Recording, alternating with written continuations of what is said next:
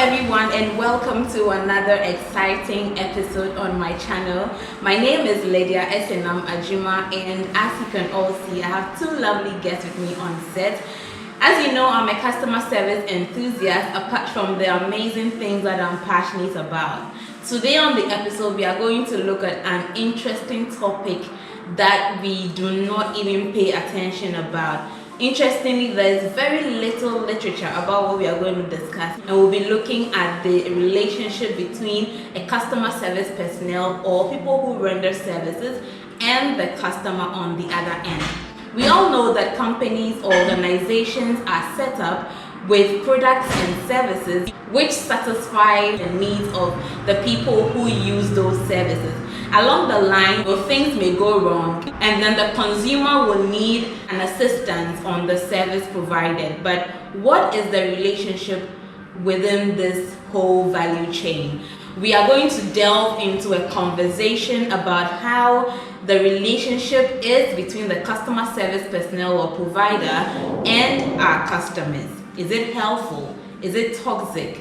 You know, in my intro to the topic, I explained what we experience on a daily basis.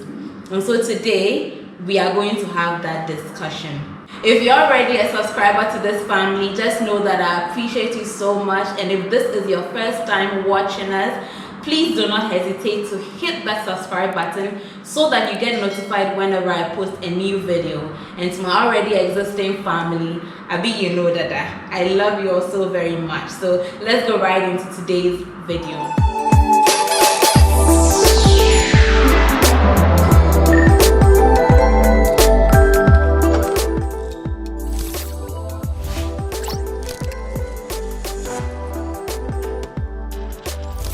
Welcome back. As you can see on my right, I have Ethel here, and then I have Lovelace on my left. Welcome, guys. Thank you.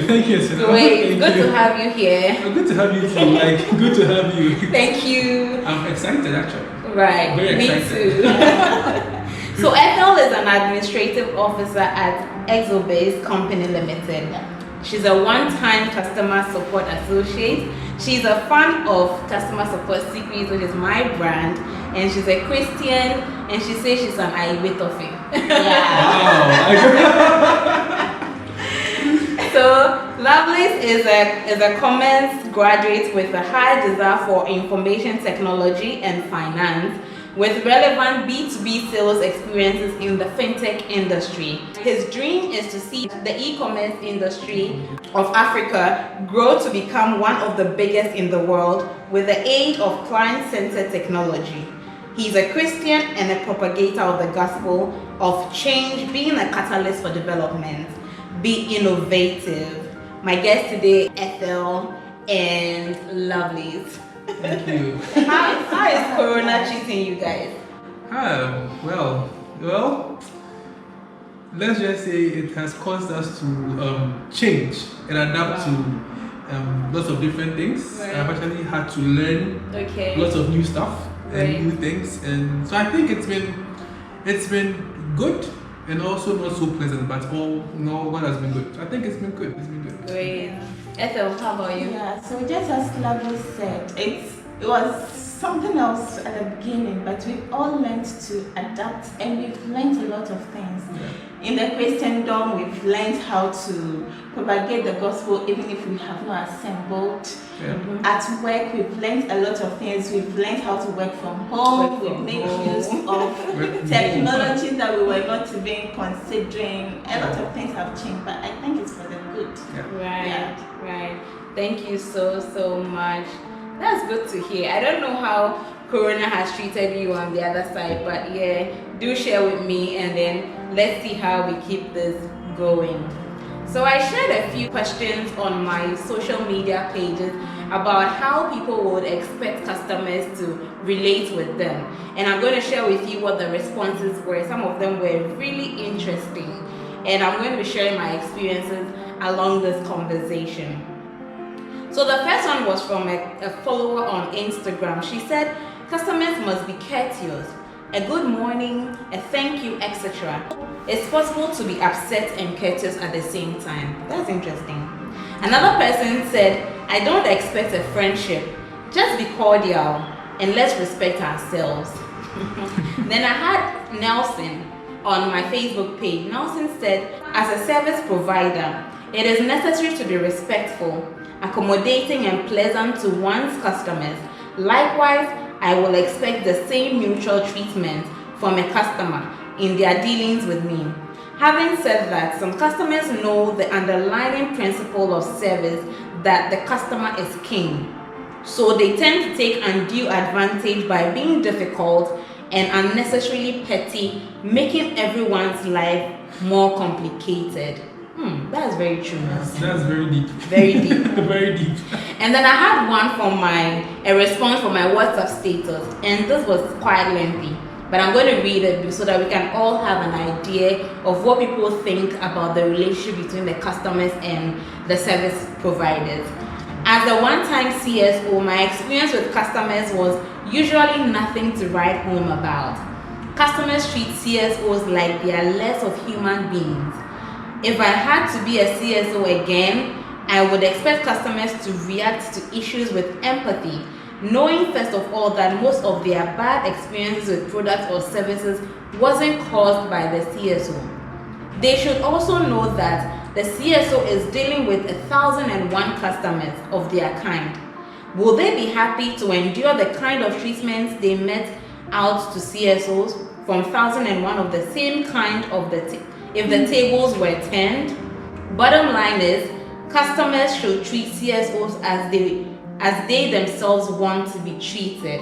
On that note, we've heard what the responses have been. Nelson made a very, brilliant point about the fact that customers take advantage of the fact that because we say customer is king, the customer is right. Is the customer always right? Is the customer always king? Like, can you fire a customer? I've been having so many questions in my mind. Do you think that customers take advantage of that notion of customer is king? Yeah. That's all. I think so. I personally don't ascribe to that notion that the customer is king or always right. But the fact is, they make us because they patronize our services, our products, and give us money to keep running. Right. And so they just take advantage of that fact that, well, if we are not patronizing you, then you are not in business. But come on, we are all human beings, And imagine being treated the way you are treating a CSO. No, I don't think anyone would like that. So we should just step down a bit from our high horses that I'm the king, customer, whatever, and deal with people on a level ground, Exactly. Yeah. Love this. Do you think that the customers take advantage of service providers and service CSOs? Do you think customers take advantage of them? Well, if I'm going to be very honest, I'll say something.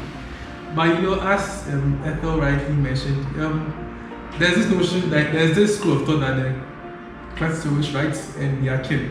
Well, that notion comes from the point of view that, as Ethel said, they are the reason we are in business. When they buy our services, we make money.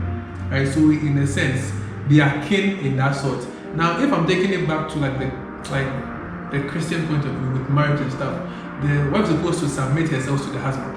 So the husband is Lord. But if you tend to force your lordship over the person, it is not advisable and it is wrong. Even though she's to submit to you, you're telling her to actually lord yourself over the person. Right? So you know your role, she knows her role, and both of you play your role. I believe the roles have been misunderstood, and clients actually take advantage sometimes because they don't clearly understand how their kingship plays in the entire commerce cycle. Right. But I've had experiences where customers have been very impatient. I noticed that patience is one of the issue that brings all this toxicity. What's the word? Toxicity. Toxicity. Between the customers and then the customer service personnel or the organization that they patronize. I had one experience where I was on that side as a customer. I did an online transaction. Personally, I don't like going to the banking hall. Regardless of whatever it is, I'll use the online platform. I did a transaction and then the money got hanging between the two banks. And this was me, I was already frustrated, looking for my money, going to this bank, I had to check this bank. And then at some point I almost flared up. And then it dawned on me that, hey, hold it. You're also a customer service, personnel. How would you feel? It's not the fault of the person who is listening to you at the other end. Exactly. So just be patient. The person is trying to help. And then I held myself tight and I'm like, oh my God. So this is this is how people feel when their money is stuck or they are trying to, use a service and it's not working for them. And then I got to understand it from that perspective. I got someone to share her experience about impatience with customers. So let's go listen to her on that side. Hello, my name is Mina Savia. I'm currently the programs coordinator for Dream Oval Foundation, and I want to share my experience with customer service on the topic customers not being patient with getting their issues being resolved. So I've done a little bit of customer service before taking up this role as a programs coordinator. During my journey, what I realized was that most customers don't give all information to a customer service rep so their issues can be resolved. They either give half of the information, so you have to wait on them. They won't respond from their time, and they expect that when they come to you or when they visit your service center, you should attend to them at the snap of the fingertips, which sometimes doesn't work that way. I know most institutions have a procedure or a tracker to get complaints or issues resolved. So the more you delay with information, you realize that your issues go under the queue, which will delay the process in getting your things done. And I also think most people in Ghana don't make use of self-service applications, which can actually get their issues resolved. So I'll use this video to educate everyone to make use of self-service platforms, and you don't have to go to a service center or a branch to get issues done. Thank you. Ethel, have you experienced an impatient customer? Yeah, I have on several occasions when I used to work as a CSO myself. But now being on the other end, it's also not their fault. The reason is when customers do not have much faith in the product or the service, or they do not have that personal relationship with people, they don't have a kind of trust is missing. And so when the service they are trying to access is not going well, or their product comes and it's not what they expected, they flare up, they become impatient, they feel like I'm losing out, and so the impatience comes in. When I stopped working as a CSO and started experiencing such things, then I pause and think to myself, okay, I have been at the other end before, and customers come, they act just like your own experience. Customers come up acting all sorts of things, and honestly, I can think behind and insult them, not to their faces, but now being at the other end, I understand them too.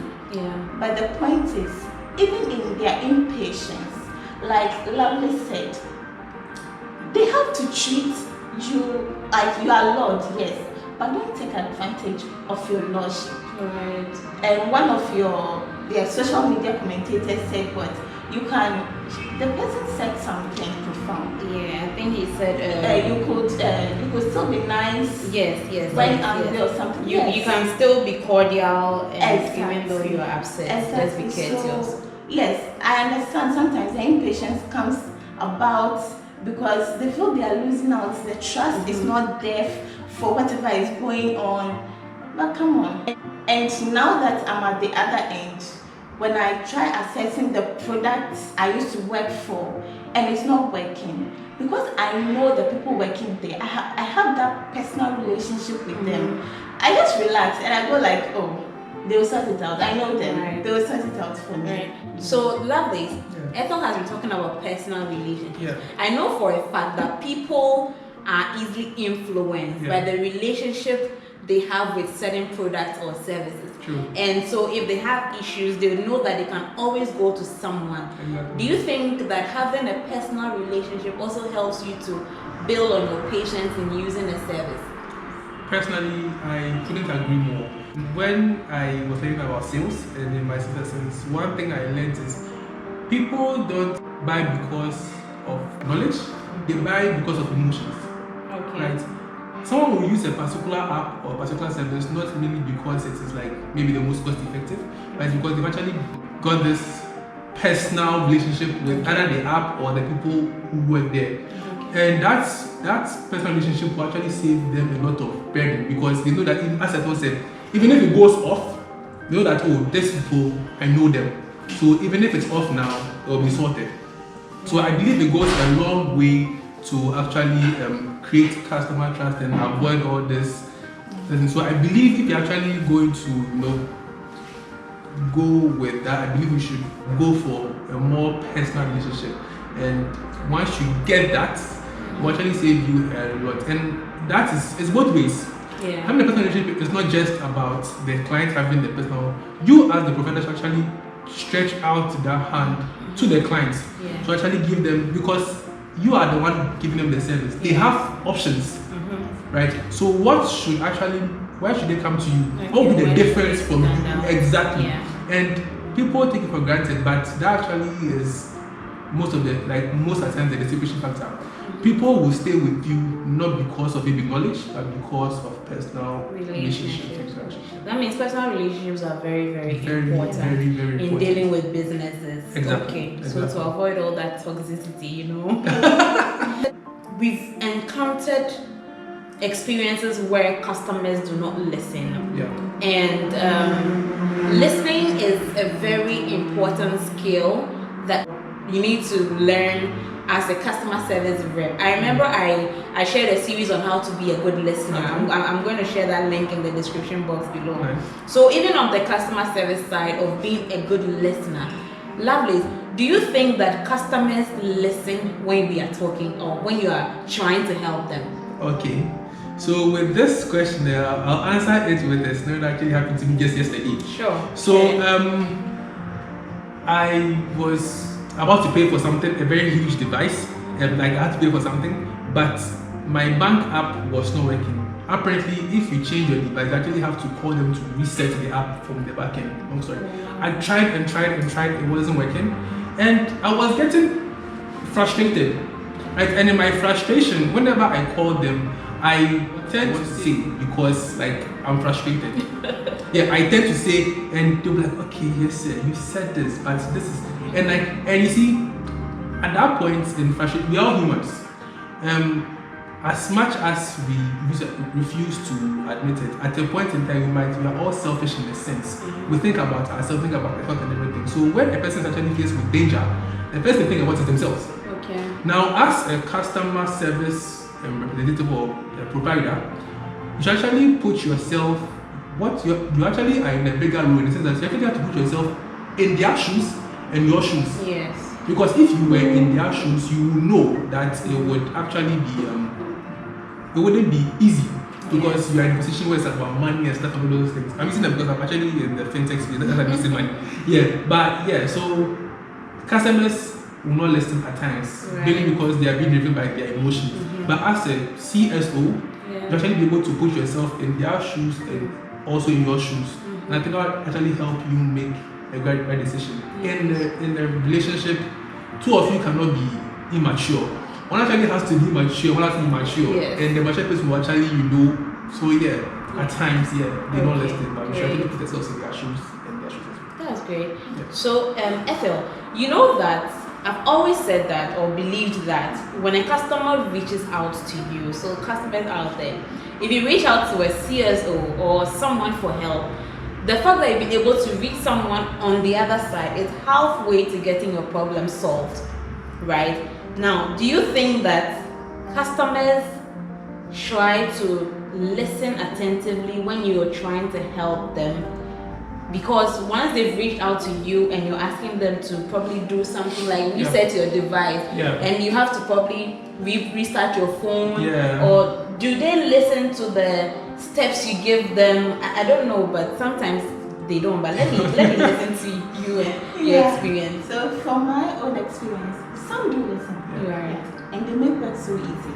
But some don't. They try to tell you, the CSO, what they think you should do for them. Right. But you at the other end, you know how you should go about it. And when you try telling them, sir, madam, this is how I'm going to do it, or do ABC, they tell you no. The other thing is, sometimes they lie.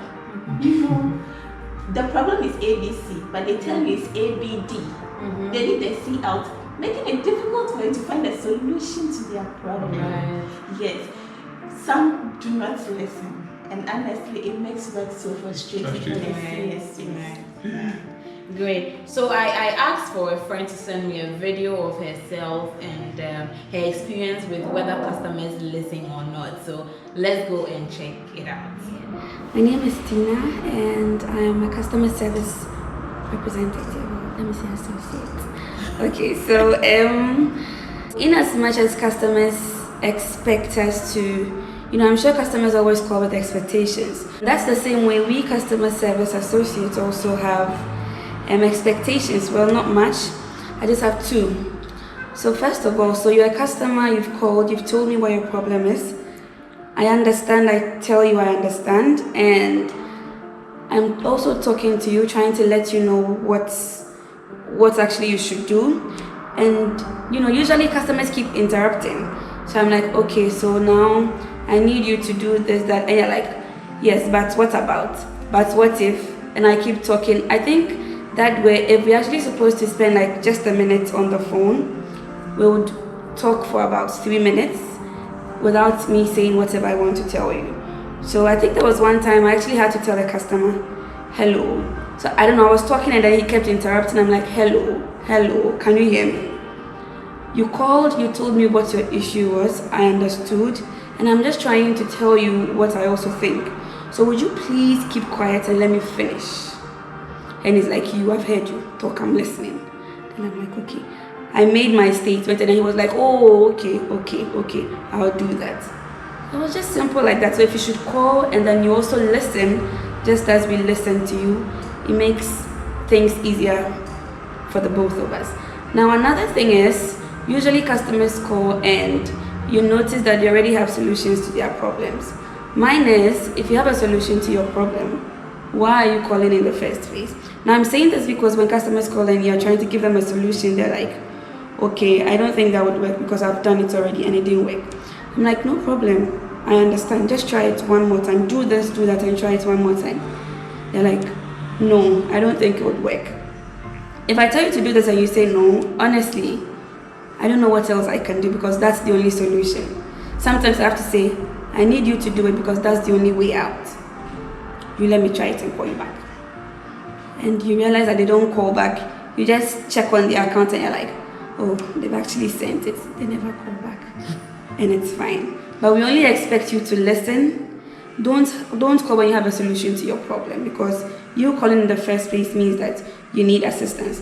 There was one time I had a challenge with someone, trying to do something, and I'm like, okay, with this feedback, this is what it means. So please find out from this person, this, that.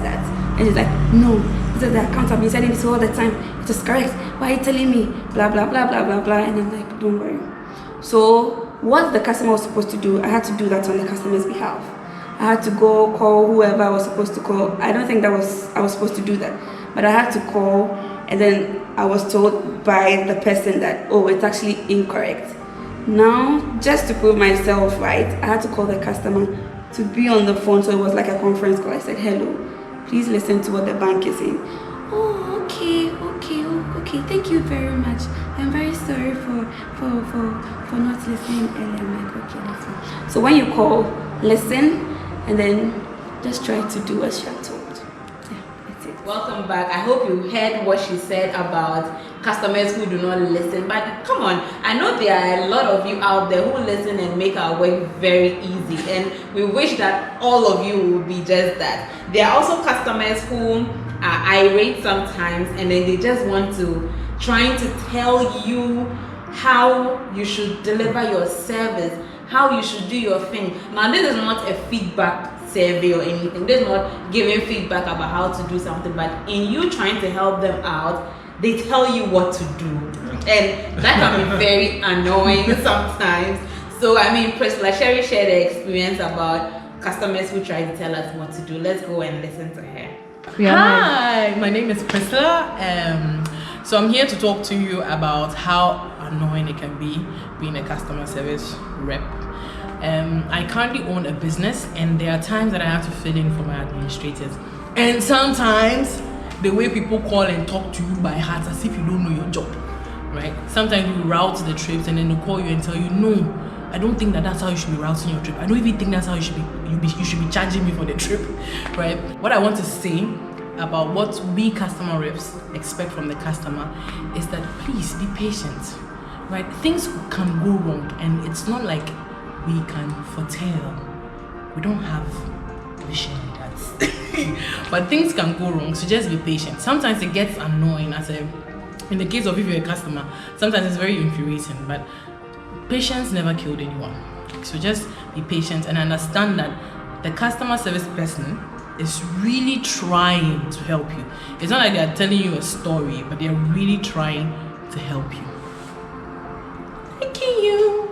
Welcome back. So I hope you have all enjoyed, the various issues that come up in the relationship between customer service personnel and the customers on the other hand. Now we'll be delving into the next part of the series where we'll talk about the causes and the effects of these kind of, relationship up and downs between customers and customer service personnel. Just subscribe to the channel and make sure to hit your notification bell because I'll be bringing you a lot more about how to, mend that relationship between customers and customer service personnel. So see you right in my next video and don't forget to keep being awesome. Bye.